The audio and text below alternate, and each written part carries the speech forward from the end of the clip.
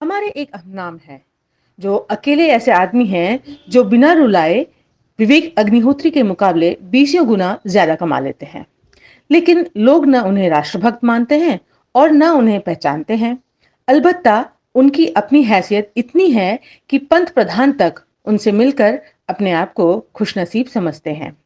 बीते एक सप्ताह से देश भर में पैसे लेकर भक्त मंडल को रुला रही द कश्मीर फाइल 100 करोड़ के क्लब में शामिल हो गई है। ये खबर सुनकर हमारे खुशी के आंसू निकल पड़े। कम से कम इस देश में पोंगा पंडित कहलाने वाले विवेक अग्निहोत्री ने पंडित बिरादरी के जख्मों को कुरेदने और रुलाने पर जो 12 करोड़ रुपए खर्च किए थे, उनसे 100 करोड़ तो कमा लिए।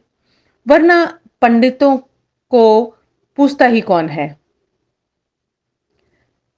परम विदुषी कंगना रनौत कहती हैं कि देश में पश्चाताप के आंसू बहकर विवेक को रातों रात 100 करोड़ का मालिक बना दिया और अभी तो पिक्चर बाकी है। दूसरी तरफ हमारे हमनाम हैं राकेश झुनझुनवाला। वे भी मुंबई में रहते हैं, लेकिन वे किसी के जख्म कुरेदे बिना, किसी को रुलाए बिना, केवल हाथ हिलाकर एक दिन में विवेक से ज्यादा कमा लेते हैं।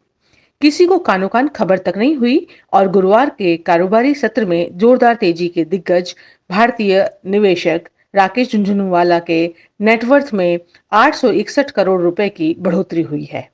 राकेश टाइटन कंपनी के बड़े हिस्सेदार हैं। टाइटन देश का सबसे बड़ा ज्वेलरी ब्रांड है। कंपनी द्वारा स्टॉक एक्सचेंज को दी गई सूचना के मुताबिक दिसंबर तिमाही के आखिर तक राकेश झुंझुनवाला और उनकी पत्नी रेखा झुंझुनवाला के पास टाइटन के 4 करोड़ 52 लाख 50 हजार 970 शेयर या कंपनी में 5.09% हिस्सेदारी है। 17 मार्च को हुई टाइटन में 118 रुपए की प्रति शेयर तेजी के हिसाब से राकेश झुंझुनवाला को 534 करोड़ रुपए का फायदा हुआ है। कहने का आशय यह है कि आप चाहे कितनी भी किसी भी तरह की दलाली करें, मुनाफा होगा ही। झुंझुनवाला की तरह झुंझुना बजाकर भी कमाया जा सकता है और कश्मीरी पंडित को जख्म कुरेद कर उन्हें दोबारा रुलाकर भी कमाया जा सकता है। कमाने के लिए आप कोई भी रास्ता अख्तियार कर सकते हैं। पसंद अपनी अपनी, ख्याल अपना अपना। मामला चूंकि कश्मीर का है, इसीलिए हमारा कुछ भी कहना उतना प्रामाणिक नहीं हो सकता जितना कि वहां के रहने वाले लोगों का हो सकता है। हमें तो कश्मीर गए हुए कई साल हो चुके हैं, लेकिन कश्मीर में रह रहे पूर्व मुख्यमंत्री उमर अब्दुल्ला ने द कश्मीर फाइल्स को कई मामलों में सच्चाई से काफी दूर बताया है। उनका कहना है कि अगर यह फिल्म एक डॉक्यूमेंट्री भी होती, हम समझ सकते थे कि मेकर्स ने खुद कहा है कि यह फिल्म सत्य घटनाओं पर आधारित है। लेकिन सच्चाई तो यह है कि इस फिल्म में कई गलत तथ्य दिखाए गए हैं। सबसे बड़ा झूठ तो यह है कि फिल्म में दिखाया गया है कि उस समय नेशनल कॉन्फ्रेंस की सरकार थी, लेकिन सच यह है कि तब घाटी में राज्यपाल का शासन था। वहीं केंद्र में भी तब बीपी सिंह की सरकार थी और उसकी बीजेपी का समर्थन हासिल था। उमर अब्दुल्ला को क्या मालूम कि फिल्म क्या चीज है और कैसे बनाई जाती है। सरकार बनाने और फिल्म बनाने में जमीन आसमान का फर्क है। सरकार बनाने के लिए संख्या बल चाहिए और फिल्म के लिए चुटकी भर तथ्यों के साथ मुट्ठी भर कल्पना। उमर कहते हैं कि उस समय कश्मीरी पंडितों के अलावा मुस्लिमों, सिखों ने भी पलायन किया था। उनकी भी जान गई थी। वे मानते हैं कि कश्मीरी पंडितों का घाटी से जाना दुखद था।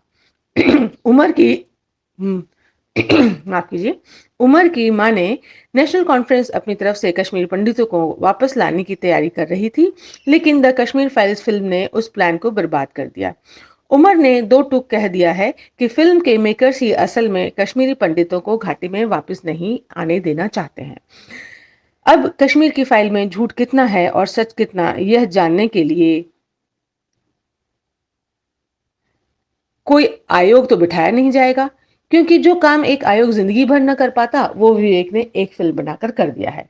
विवेक का दिखाया सच है या झूठ, आप तलाशते रहिए। फिलहाल विवेक लुटे पिटे कश्मीरी पंडितों के साथ ही पूरी हिंदी पट्टी में भक्त मंडल के खिलखिलाते भक्त मंडल के खलीते खाली करने में लगे हैं। भाजपा के छोटे से लेकर बड़े से बड़े नेता विवेक की फिल्म मुफ्त में दिखाकर पुण्य अर्जित करने में लगे हुए हैं, क्योंकि ऐसा करने पर फतवा पार्टी ने किया हुआ है। पूरे देश को रुलाकर हर दिन 14 करोड़ 15 करोड़ छाप रहे विवेक को वाई श्रेणी की सुरक्षा मुफ्त में मिली सो अलग।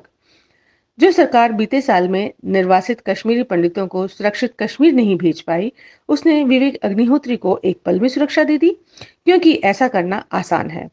कश्मीरी पंडितों को वापस घाटी में भेजना कठिन। भले ही सूबे से धारा 370 हटा ली गई है, घाटी से AK-47 तो आज भी नहीं हटी। घाटी 3 साल से अपना टूटा दिल लिए दिल्ली की ओर ताक रही है। आखिर अब घाटी के मालिक दिल्ली ही तो है। पता नहीं कैसे विवेक को नन्ही सी जान को अचानक खतरा हो जो पैदा हो गया है। भगवान विवेक को लंबी उम्र और नया विवेक भी दे, ताकि वे राकेश झुनझुनवाला की तरह रुपए कमाना सीख जाएं और भविष्य में उन्हें किसी पीड़ित समाज के जख्म दोबारा सत्य के नाम पर न कुरेदने पड़े। क्योंकि विवेक शायद नहीं जानते कि जख्म कुरेदने में उतनी ही पीड़ा होती है जितने की जख्म देने में। जख्मों को मरहम की जरूरत होती है, उन्हें कुरेदना अमानवीय अनैतिक कृत्य है।